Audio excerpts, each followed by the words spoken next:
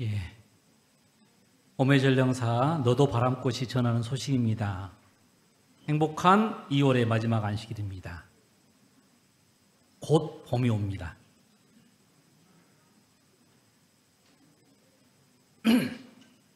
이 안식일은 누군가에게는 행복한 날이고 누군가에게는 감사한 날이고 누군가에게는 간절한 소망이 가득한 날입니다. 그리고 누군가에게는 치료의 날이고 누군가에게는 회복의 날이고 누군가에게는 창조주를 기억하는 날이고 누군가에겐 구원의 날이 될 것입니다. 우리 모두에게 주님을 만나는 행복한 날이 되기를 간절히 소망합니다. 이거 어딘 줄 아시겠습니까? 예. 포인트는 저기 가운데 있는 저 네 글자입니다. 자, 이번 주에 사택으로 이사를 들어왔습니다. 예. 사택에 오니까 좋은 점은 말하겠습니다. 첫 번째, 교회가 가까워졌다. 앞에 사택에 있을 때는 제가 이거 올리는 한 20분에서 30분 걸렸거든요. 그러니까 한 2시간 본 거죠, 그죠? 두 번째는 위아래 아무도 안 산다. 살아보면 압니다. 예. 저희 윗집이 항상 청소년 부장 집이에요. 나 절대로 항상 웃으면서 말했습니다. 예. 세 번째로는 성도들과 만날 시간이 많아졌다. 수시로 오시면 만날 수 있습니다. 네 번째는 교회를 자주 돌아볼 수 있게 됐다. 예전에는 마음만 있지 못 왔습니다. 이제 자주 왔다 갔다. 다섯 번째로는 여기 나와 있는 사진처럼 목양 일념의 자세가 다시 살아난다. 사무실에 있을 때는 제가 행정하는 사람이었지 그냥 목사라는 생각이 별로 안 들었어요. 그런데 이제 교회를 딱 오니까 그렇지, 나는 원래부터 목양하는 목사였지.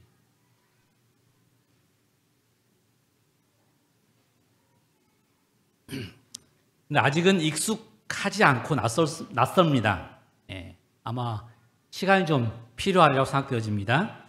제가 첫 목회지 순창에 갔을 때에도, 제주에 갔을 때에도, 여수에 갔을 때에도, 필리핀에 갔을 때에도, 원주에 갔을 때에도, 전주에 갔을 때도 그랬습니다. 그런데 시간이 지나고 나니까 아늑해지고 편안해지고 시간이 필요합니다. 그렇죠? 출장 나갔다 돌아오면 내 안방으로, 내 고향으로 돌아오는 느낌이에요. 왜냐하면 그곳에 내가 아는 사람이 있고 내 살림이 있고 또 내가 그곳에 살았기 때문에. 아마 서중앙도 금방 그렇게 될 거라고 생각됩니다. 다른 것보다도 빨리 적응할 것 같아요. 왜냐하면 작년에 이미 우리가 같이 여러 번 사귀었고 또 작년부터 제가 많은 일들을 해왔기 때문에 훨씬 더 다른 교회보다는 빨리 적응하리라고 생각되어집니다. 특별히 저희 부부를 위해서, 저희 부부의 서중앙 목회를 위해서 많이 기도를 부탁드립니다.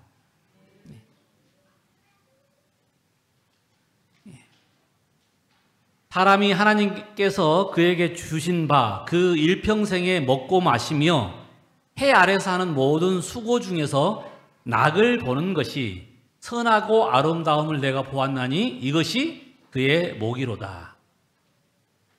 해 아래서 하는 모든 수고 중에서 낙을 보는 것이 선하고 아름다운 것이고 그것이 인생의 보람이고 즐거움이라는 말씀입니다. 혹시 여러분은 살면서, 신앙하면서 이런 즐거움과 보람을 느껴보셨습니까? 만약에 갑자기 내가 어떤 불행한 일로 내가 내 삶을 마감한다면 정말 내가 의미 있게 살았노라, 정말 감사했노라 라고 고백할 수 있겠습니까? 사실 우리가 얼마나 오래 살았느냐보다 더 중요한 것은 얼마나 의미 있게 살고 있느냐라고 하는 것입니다. 오늘 아침에 저는 삶의 의미, 신앙의 의미에 대해서 한번 생각해 보길 원합니다. 먼저 삶의 의미를 생각해 보겠습니다. 여기 생텍쥐베리가 쓴 이야기 가운데 삶의 의미는 발견하는 것이 아니라 만들어가는 것이다. 만들어가는 것이다. 사람의 사는 목적은 행복하게 사는 것입니다. 이 목표를 위해 사람들은 성공하기를 원합니다. 그래서 좋은 대학 가기를 원하고, 좋은 직업 갖기를 원하고, 좋은 집 사기를 원하고, 다 이유가 뭐예요? 행복해지고 싶어서. 그런데 그런 목표가 이루어져도 행복하지 못한 것이 인생입니다.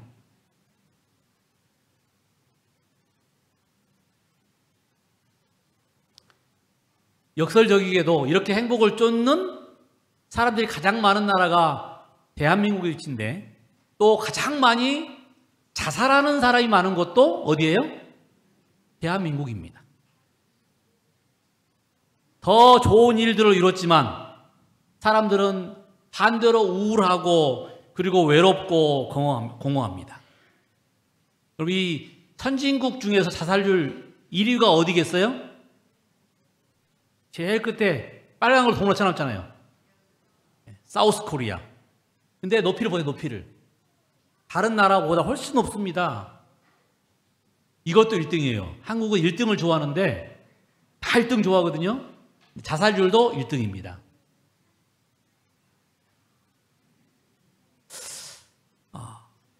연구에 의하면 사람들이 이렇게 절망하게 되는 것은 행복하지 않기 때문이 아니랍니다. 여러 가지 조건들 다 가졌는데 왜 행복하지 않겠습니까? 그런데 이상한 것은 많은 사람들이 절망하고 우울하고 공허한다는 이야기죠. 뭐가 부족해서요? 뭐가 부족한 게 있는 게 분명합니다.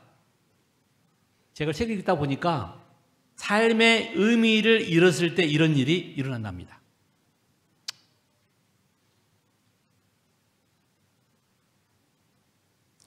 자, 행복 그리고 삶의 의미는 어떤 차이가 있을까? 심리학자들은 이렇게 말해요. 행복은 안정감 있고 그 다음에 편안하고 기분이 좋은 상태를 말한답니다. 그게 행복이래요. 그럼 삶의 의미는요? 삶의 의미는 누군가와 유대감을 느끼고 그리고 다른 사람들을 위해서 봉사하는 즐거움이 있고 또 자신 안에 있는 능력을 끄집어냄으로써 자기가 날로 뭐하고 있다는 생각이요? 발전하고 있다, 성장하고 있다는 생각을 가질 때에 비로소 삶에 대한 의미를 누린다는 것입니다. 연구에 의하면 정말 행복해지고 싶다면 삶의 의미를 찾으라는 것입니다. 내가 왜 여기에 있는지, 내가 지금 무엇을 하고 있는지. 삶의 의미를 찾은 사람일수록 회복력이 강하고 직장과 학교와 교회에서 잘 지내고 더 장수하게 된답니다.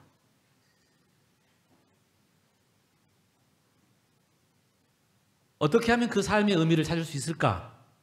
여기 The Power of Meaning, 한국말로는 어떻게 나답게 살 것인가? 에밀리 에스파하니 스미스가 쓴 책인데요. 여기에 그 4가지, 삶의 의미를 느끼게 하는 4가지 중요한 이야기를 하고 있어요. 4가지 기둥이 있는데 그 첫 번째는 긴밀한 유대감입니다. 유대감을 갖는 것, 그것이 삶의 의미를 느낀다는 거예요. 내가 오늘 가족들을 위해서 뭔가를 할 수 있다고 하는 것, 그렇죠? 나를 사랑하는 사람들이 있다고 느끼는 것, 생일이 되었는데도 내게 특별한 날인데도 나한테 아무도 연락을 안 하면 그 외로움, 그 공허함, 비단 아파트가 100평짜리 아파트 살지라도 차가 어마어마하게 비싼 차를 타고 있을지라도 그게 무슨 의미가 있겠습니까? 사람과의 긴밀한 유대감이 없으면 나는 지금 혼자인데, 외로운데. 이런 유대감은 진정한 사랑으로부터 생긴답니다. 내가 매일 만나고 인사하는 사람들, 그런 관계를 통해서. 그런데 정작 우리가 도움이 필요할 때는 사람들이 나를 도와주려고 그러면 거절을 해요. 왜냐하면 피해를 입히고 싶지 않으니까, 남에게 뭐 어떻게 좀 손을 내밀고 싶지 않으니까. 그런데 그러다 보면 뭐가 형성이 돼요? 관계가 서원해지는 것입니다. 멀어지는 것입니다. 대한민국이 잘 살면서 지금 이런 일이 벌어지고 있어요. 굳이 남의 도움이 필요 없으니까. 어제 저녁 설교처럼 홍 한 쪽도 나눠 먹던 시절에는 그러지 않았는데 이제 살 만큼 살다 보니까 굳이 남에게 피해를 끼치려고 하지 않아요. 그러다 보니까 관계가 점점 멀어지는 것입니다. 호의를 주는 것이 부담스러워요. 유대감에 지금 상처를 받는 것이죠. 우리는 가끔 우리가 모르게 이런 실수를 합니다. 나에게 누가 인사하려고 그러는데 내가 전화를 받고 있든지, 그렇죠? 아니면 무슨 핸드폰을 계속 만지고 있다든지, 그러면 사람들이 나하고 별로 관계를 안 하고 싶어 하네?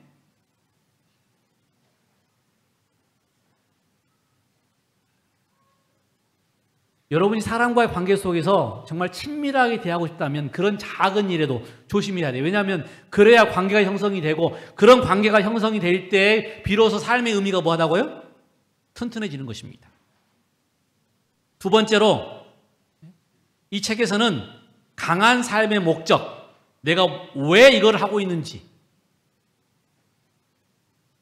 내가 왜 이 직업을 하고 있는지, 그 직업의 높낮이, 벌이, 사람의 어떤 평판이 중요한 게 아니고 그것을 하는 그 목적, 그 목적을 강하게 할수록 삶의 의미가 뭐하다고요? 세상에 다 달라요. 다 똑같지 않습니다. 높고 낮음이 없어요.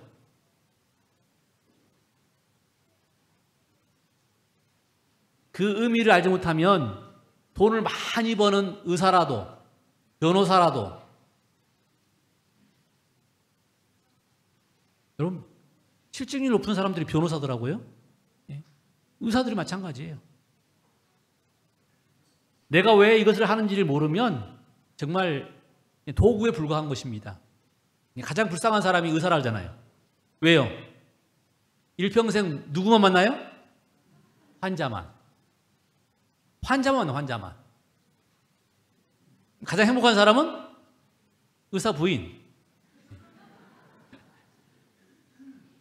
만약에 그 의사가 자기가 하고 있는 이 치료에 대한 만약에 어떤 그 목적이 분명하다면 어떨까요? 세상에서 가장 좋은 직업입니다. 사람을 살리는 직업. 제가 요즘 치료봉사라는 지금 예언의식을 읽고 있는데요. 의사에 대한 부분이 나와 있어요. 근데 의사에게 육체적인 치료만 하는 의사들은 50점밖에 안 되는 것이고요. 무슨 치료를 하라고요? 마음의 치료, 영적인 치료를 할 수 있어야 된다라고 분명하게 기록되어 있었어요. 분명하게.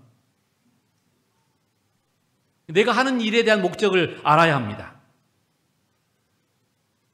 그래야 우리가 우리의 삶의 의미를 더욱 높일 수 있다는 것입니다. 그런데 그렇지 않을 때 방황하는 거예요.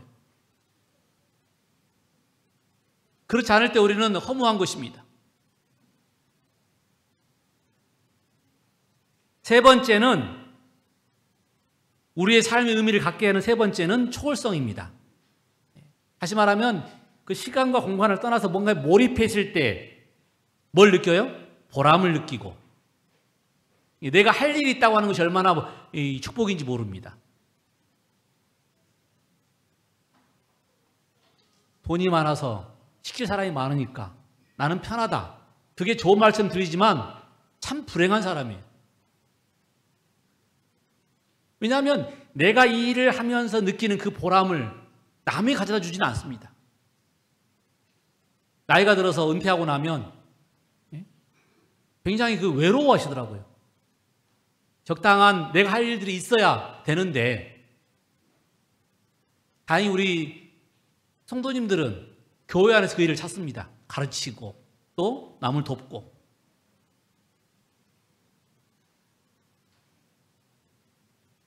어떤 일에 내가 정말 집중해서 그 일에 몰입하고, 그래서 우리가 어떤 초월성을 느낀다고 볼 때 우리는 뭐 하다고요? 행복을 느끼고 삶의 의미를 누린다는 것이죠. 우리가 특별 연수를 다녀오거나 어떤 특별한 집회에 가서 말씀에 어떤 감동을 받고 돌아오거나 그러면 갑자기 내 마음이 뭐예요? 다른 곳에 가 있는 것 같아요. 그 감동이 나를 사로잡는 것입니다. 그 감동이 나로 하여금 새로운 삶의 의미를 부여하는 것입니다. 우리 여수 요양병원 식구들이 그렇더라고요. 말씀을 많이 듣고 오니까 굉장히 사람들이 달라져 있어요. 그런 집회가 있으면 언제든지 가보시기 바랍니다. 왜냐하면 그 집회가 그냥 단순히 말씀을 주는 게 아니라 내 삶의 의미를 부여하기 때문에 그렇습니다. 네 번째로 삶의 의미를 갖게 하는 네 번째 기둥은 스토리텔링입니다. 일반적으로 그냥 어떤 객관적인 이야기 하는 것이 아니라 내 이야기, 내 이야기. 그 사건, 사고가 그냥 단순한 어떤 그냥 보고가 아니라 나의 경험 이야기가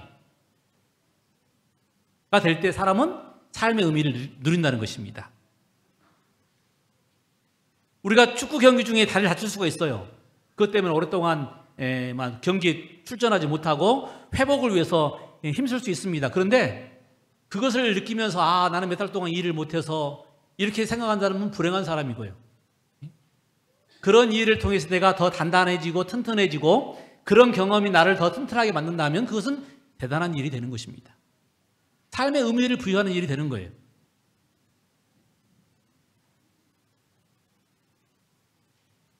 사람이 겪는 일들 가운데서 우리는 우리의 역사를 쓰는 것입니다. 남들과 같지 않은 우리 이야기를 쓰는 거예요. 그 속에서 하나님의 구원도 경험하는 것이고 그 속에서 내가 사는 의미를 부여하는 것이고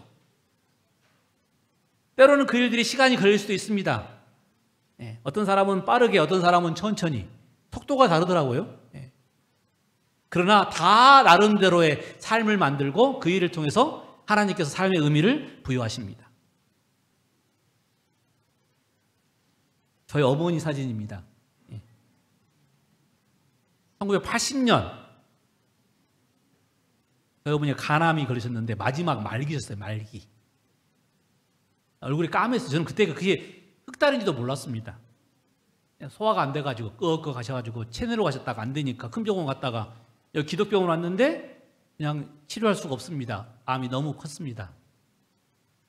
그래서 집에 돌아오셔가지고 돌아가실 뻔하신 이분이 뉴스타트를 시작했어요. 그게 초창기입니다. 뉴스타트 지금이야 유명하지만 1980년이면 그 일을 시작하신 저희 사촌 형님 김평환 목사님이 저희 어머니가 다시 말하면 외숙모가 그 치료 타겟가 된 것입니다. 그래가지고 그때 이렇게 했는데 3개월 만에 그 복수 차있던 배가 쏙 들어가지고 돌아오셨어요. 저는 저희 어머니로 함께 살았기 때문에 돌아가실 때까지 이 모든 모습을 다 봤습니다.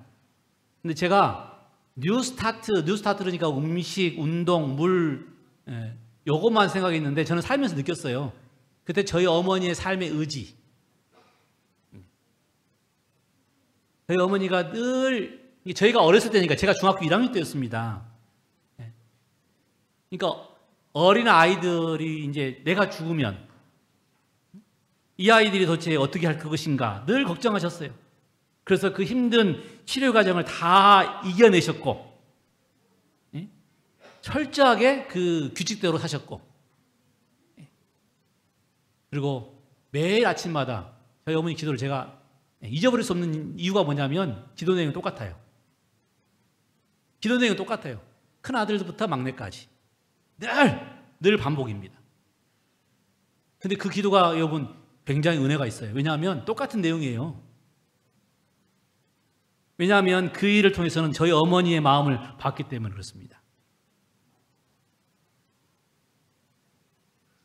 저희 어머니의 뭐가 된 거예요?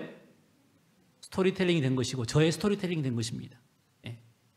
자녀들이 신앙으로 자라는 것이 저희 어머니의 가장 큰 소원이었고 결국 그 기도 응답으로 저희 가족들이 재림신앙이 되었고 목회자가 2명이나 나왔고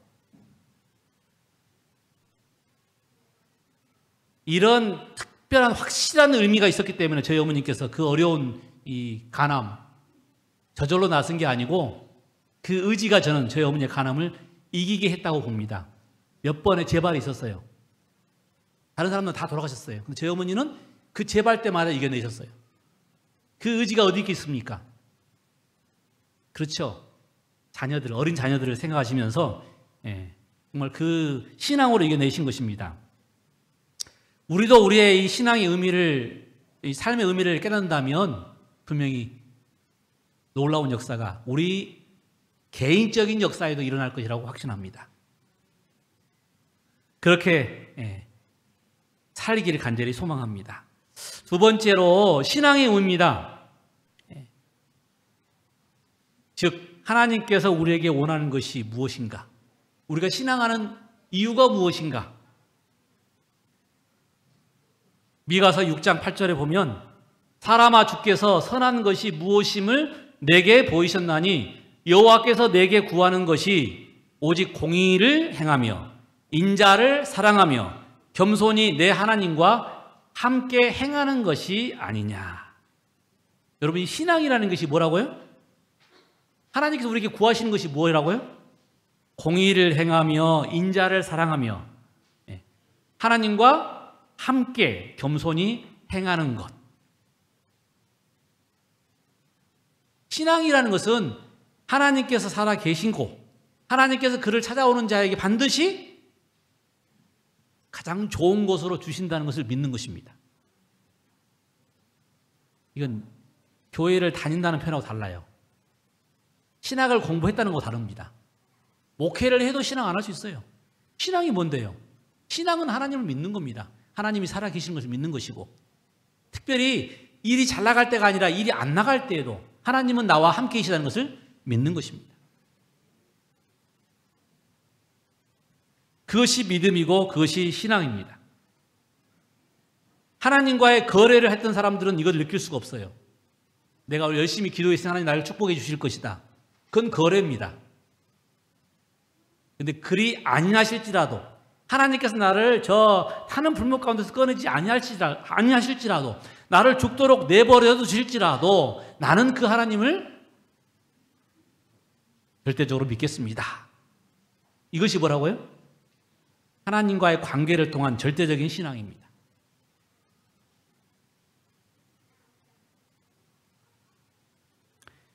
미가는 오늘 공의를 행하고 인자를 사랑하고 겸손히 하나님과 동행하는 것이 하나님께서 우리에게 원하시는 것이고 그것이 신앙이라고 우리에게 소개하고 있는 것입니다. 전쟁이 멈추지 않고 사건 사고가 계속 일어나고 지구온난화로 지구 환경이 갈수록 파괴되고 경제가 무너지고 정치가 정말 이 선을 넘는 그런 마지막이 올지라도 신앙의 의미는 절대로 달라지지 않습니다. 왜냐하면 그 속에서라도 하나님은 살아 계시기 때문입니다. 우리가 이 모든 일은 반드시 있어야 될 일이에요. 그런데 중요한 것은 우리가 그 일을 우리가 어떻게 받아들이느냐의 문제일 것입니다. 그래서 우리에게 가장 중요한 것이 신앙이에요. 사건이 아니고 신앙입니다. 그것을 받아들이는 마음, 믿음. 오늘 저는 미가 선지자의 말을 통해서 신앙의 의미 두 가지만 살피겠습니다. 첫 번째입니다. 하나님이 우리에게 원하시는 것. 뭐 하라고 그런 거예요? 선한 이웃이 되라. 공의를 행하며 인자를 사랑하며. 공의가 무엇입니까? 올바른 것이죠. 그죠? 사전에는 보면 공정한 도의라고 되어 있어요. 다른 말로 하면 정의라고 말하고요. 또 다른 말로 하면 법 집행이 공정하게 이루어지는 것입니다.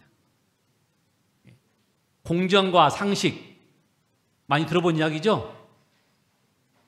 그리고 그 사람이 어떻게 사는지를 보면서 우리는 알죠? 공정과 상식이 무엇인지. 한편으로 치우치지 아니하고 편을 가리지 않는 것이 곧 공정과 상식입니다. 요즘 대한민국 사회가 난립니다. 좌파와 우파, 진보와 보수가 서로입니다.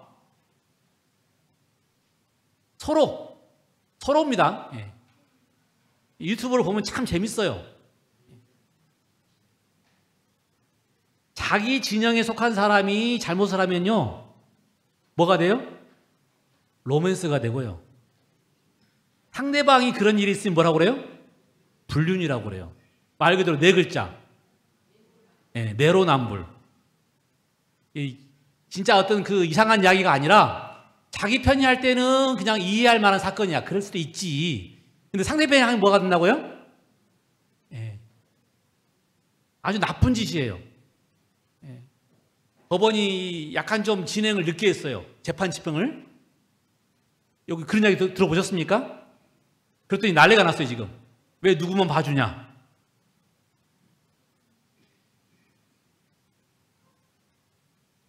제가 혹시 오해가 생길 수 있어서 구체적인 예는 드리지 않겠습니다. 단지 중요한 건 제가 말하고 싶은 말은 뭐라고요? 서로 자기가 맞다. 상대방은 틀렸다.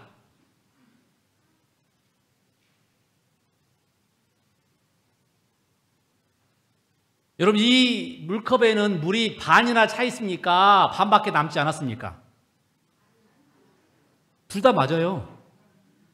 둘 다 맞습니다. 예. 반이나 차 있기도 하고 반밖에 안 남기도 해요. 단지 보는 시각에 따라서 반이나 찼다고 말할 수 있는 것이고 반밖에 안 남았다고 말할 수 있는 것이죠.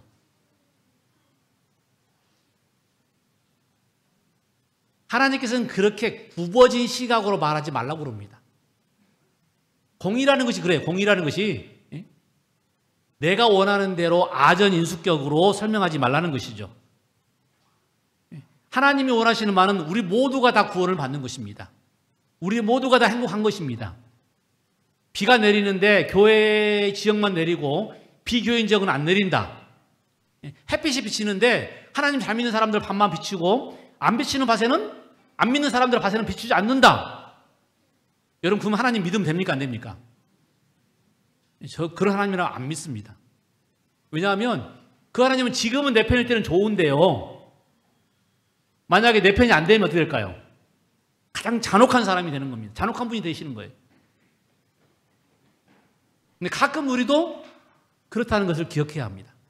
가끔 우리도 내 편에게는 잘하고, 예? 그렇죠? 우리 가족은 일이 있으면 그냥 이해할 만한 사건이, 그럴 수도 있지. 그런데 남이 하면 뭐예요? 어떻게 그런 일을 할 수 있어?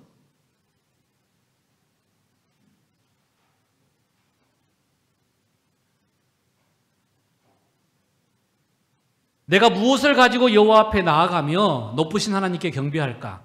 내가 번제물 곧 1년 된 송아지를 가지고 그 앞에 나아갈까?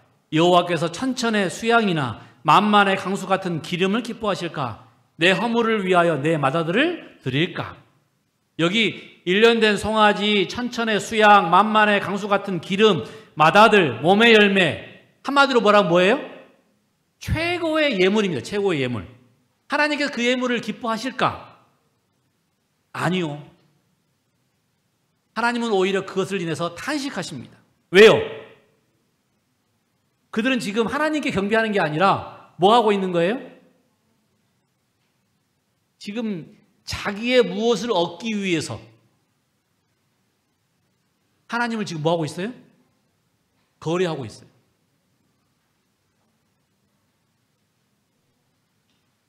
그들이 최고의 것을 다 들어서 하나님께 경배한다고 하지만 그들의 삶에는 공의가 없습니다.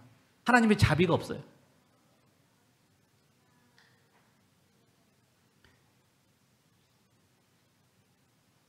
사업을 크게 하는 장로교회 이 장로님이 계셨습니다.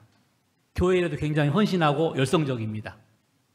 그는 정말 누구보다도 11금을 많이 내는 그런 헌신적인 사람입니다. 그런데 그 회사의 직원들, 아르바이트생들에게는 굉장히 인색하게 월급을 줍니다. 그것이 사회적으로 이슈가 됐어요. 우리 아이들도 거기서 다 아르바이트를 했습니다. 나중에 그것이 발각이 돼가지고 그 떼어먹은 돈이 돌아왔더라고요. 근데 그거 누가 한 거예요, 그게? 교회 장로님이. 헌금 많이 내는 장로님이. 제가 기업 말을 않겠어요. 이게 다 이미 나와 있습니다. 예. 하나님은 그가 내는 헌금을 좋아하실까요? 아니면 그에게 뭘 원하실까요? 여러분, 왜 신앙합니까? 나 잘 살라고요? 아닙니다. 하나님이 우리에게 원하는 것은 그것이 아니에요. 공의를 행하며 인자를 사랑하며 우리가 이웃을 사랑하고 선한 이웃이 되어야 되는 이유입니다. 택시를 운전하는 어떤 교인이 있었는데 손님을 태우면 택시 미터기를 조작하고 만약에 부정한 방법으로 택시 요금을 더 많이 받고 그렇게 모은 돈으로 교회 헌금을 많이 한다면 하나님이 좋아하실까요?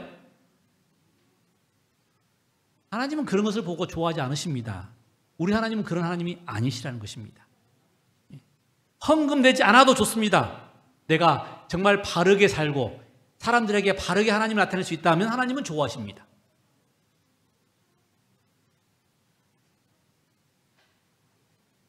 주부가, 남편이, 학생들이 그냥 하나님을 믿으면 변해야 되는 거예요. 가정도 변해야 하고 정말 또 하나님을 믿으면 직장에서의 자세도 변해야 되는 것이고 또 하나님을 믿으면 정말 최대한 성실하게 살아야 합니다. 여러분, 내가 하나님을 만났다라는 표현이 뭐예요? 앞에 나와서 내가 하나님 만났습니다 라고 증언하는 것이 아닙니다. 그의 삶이 바뀐 것이 하나님을 만난 증거입니다. 그의 목표가 바뀌고 그의 가치관이 바뀌고 그것이 하나님을 만난 증거입니다. 그것이 거듭난 증거고 그것이 성령의 열매고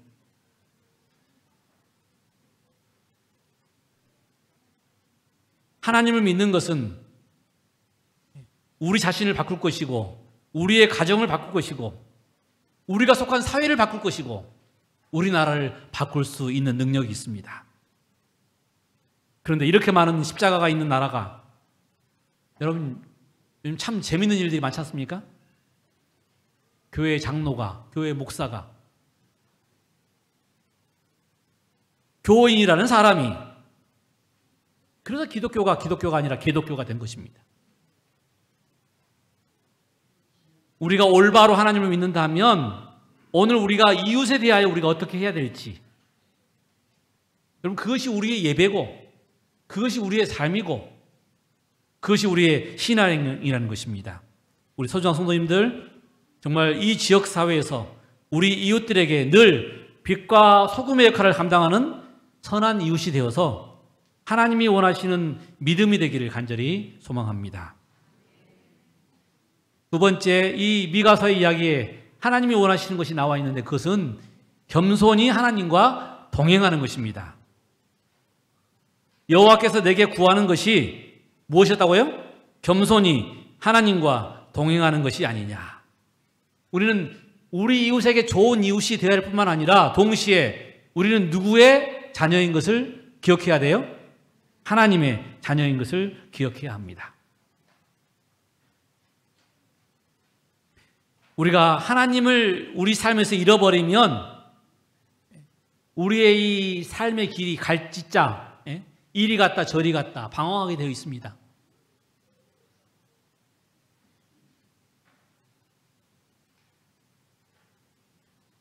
우리가 하나님을 놓아버리면 우리가 무엇을 한다 한들 그것이 우리의 이 공허한 마음, 그 다음에 무의미한 삶을 끝낼 수 없다는 것입니다. 우리가 오늘 4가지 삶의 의미를 설명했지만 그것으로 완성되지 않습니다. 하나님이 없으면 최고의 것을 누려도 최고의 것을 해도 하나님 편에 볼 때는 작은 것에 불과하는 것이고 우리가 영원한 생명을 생각할 때는 그것 역시 갈짓자가 될 가능성이 높다는 것입니다. 미국의 대통령 가운데 퇴임에서도 존경을 받았던 유명한 대통령 아시죠? 지미 카터. 그가 대통령이 되었을 때에 그의 정치인으로 삼았던 성경이 오늘 읽은 미가서 6장 8절입니다. 공의를 행하며 인자를 사랑하며 겸손히 하나님과 동행하는 것. 그래서 그가 대통령이었지만 주일만 되면 자기 교회 참석해서 주일 교사로서 일을 했답니다. 대통령이었는데 불구하고 대한민국에서는 볼 수 없는 일이죠. 지각하고 늦게 가도 떵떵거리는데 미국이란 사회에 특별히 하나님을 믿는 사람은 그렇지 않았다는 것이죠. 항상 정직하고 성실하고 정말 작은 일같이는 보이는 그 일에도 뭐 했어요?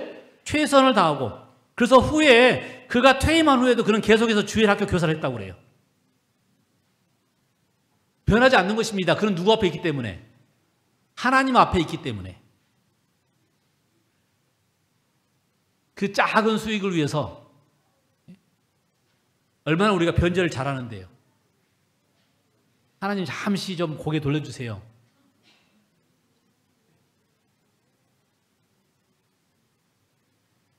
하나님은 우리 곁에 계시다는 사실을 우리가 어려울 때도 잊지 말아야 하겠지만 잘 나갈 때도 잊지 말아야 합니다. 그분은 언제나 우리 곁에 계시는 분이시기 때문에.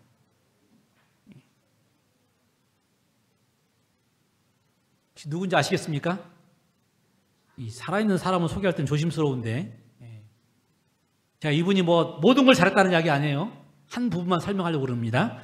이분이 36서울병원이 최고로 어려울 때, 막 몇십억씩 적자를 내가지고 이걸 어떻게 해야 되냐, 교단이 골머리를 앓을 때 36서울병원에 원장으로 오셔가지고 36병원을 지금 흑자로 만드셨어요. 그리고 동일한 어려운 처지에 있던 부산위생병원을 겸임하고 있다가 21년부터는 이제 독립해서 지금 부산 36 부산병원 지금 원장으로 계시는데 역시 거기도 지금 새롭게 하기 위해서 노력하고 계십니다. 이분이 어떻게 이렇게 병원장이 될 수 있었을까? 사실 이분은 동해중앙교회 수석장로였습니다. 그리고 자기 개인 병원을 가지고 있었어요. 연합회에서 그때 우리 김광도 목사님 갑자기 돌아가시는 바람에 그 후로 우리가 어떤 사람을 병원장으로 세워야 될까라고 하고 전문 경영을 찾고 있을 때에 그 몇 안 되는 후보자를 당시에 연합회장이 있었던 홍명하 목사님께서 직접 접촉을 하셨습니다.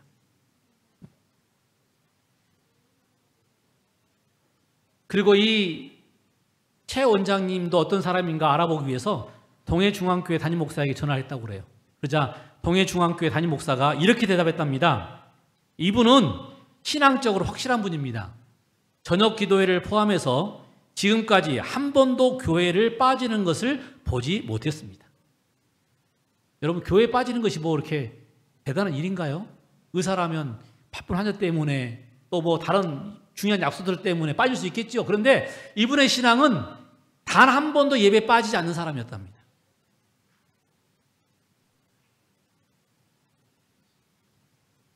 물론 인간적으로 약점이 있을 겁니다. 그런데 그 바쁜 일 중에서도 그는 하나님께 늘 나아가는 일을 멈추지 않았다는 것이죠. 그래서 바로 그 이야기 듣고 이분을 병원장으로 세웠다고 그러고 그 후로 한 16년 동안 우리 병원들이 축복을 받아가지고 적자 기관들이 수십억씩 적자해가지고 문을 어떻게 닫을까 고민했던 이 병원들이 살아나게 된 것입니다. 그는 의사였고 병원장이었지만 모든 일에 기도하는 사람이었어요. 제가 어떤 분의 블로그를 보니까 이렇게 표현해놨더라고요. 하나님을 의지하지 않으면 전 아무것도 할 수 없습니다. 이분의 간증입니다. 놀라운 역사가 일어났어요. 우리가 추모관을 지어서 돈을 내고 뭐 주차장을 하고 그다음에 또 유자관을 짓고 여러분 그 일이 그냥 이분이 어떤 행정력이 좋아서가 아니라 기도로 하나님께서 인도해 주신 것입니다. 지금 부산위생병원도 이 36 부산병원도 지금 그 일을 추진하고 있어요. 물론 잠깐 지금 어려움이 생겼지만 결국 그 일을 이겨내고 선교기관으로서의 병원으로 다시 설립될 것이라고 믿습니다. 여러분 이분의 신앙이었어요.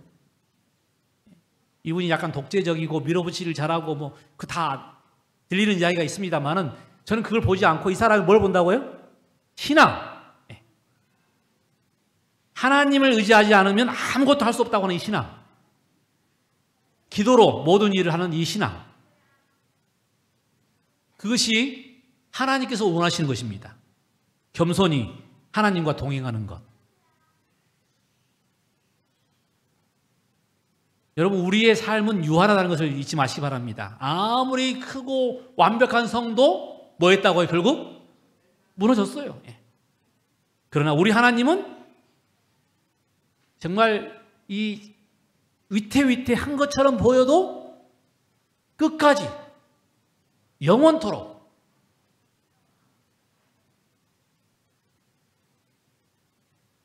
여러분 이 우주도 하나님의 계획에 따라 움직이고 있습니다. 이 지구도 그러고 있고요. 우리도 마찬가지입니다. 곤충들도 하나님께서 가르쳐 주신 길을 가고 새도 하나님께서 가르쳐 주신 때를 따라 움직입니다. 그렇다면 우리들은 어떻게 할까요? 그 얄팍한 지식으로 대학원 나오고 박사 됐으니까 여러분 그 얄팍한 지식으로 우리가 뭘 할 수 있다고 생각하는 자체가 교만이고 오만이고 하나님을 모르는 모습인 것입니다. 여러분 잠언서에 뭐라고 그랬어요? 하나님을 아는 것이 지혜고 명철인 것입니다. 그러므로 하나님께 우리에게 원하시는 게 뭐라고요? 겸손히 하나님과 동행하는 것. 저는 이제 말씀을 줄이면서 주님께서 우리에게 가르쳐 주신 지혜대로 우리의 정말 삶의 의미, 신앙의 의미를 깨닫고 보람을 누리고 날마다 행복한 삶을 사는 여러분과 제가 되길 소망하면서 말씀을 줄이겠습니다.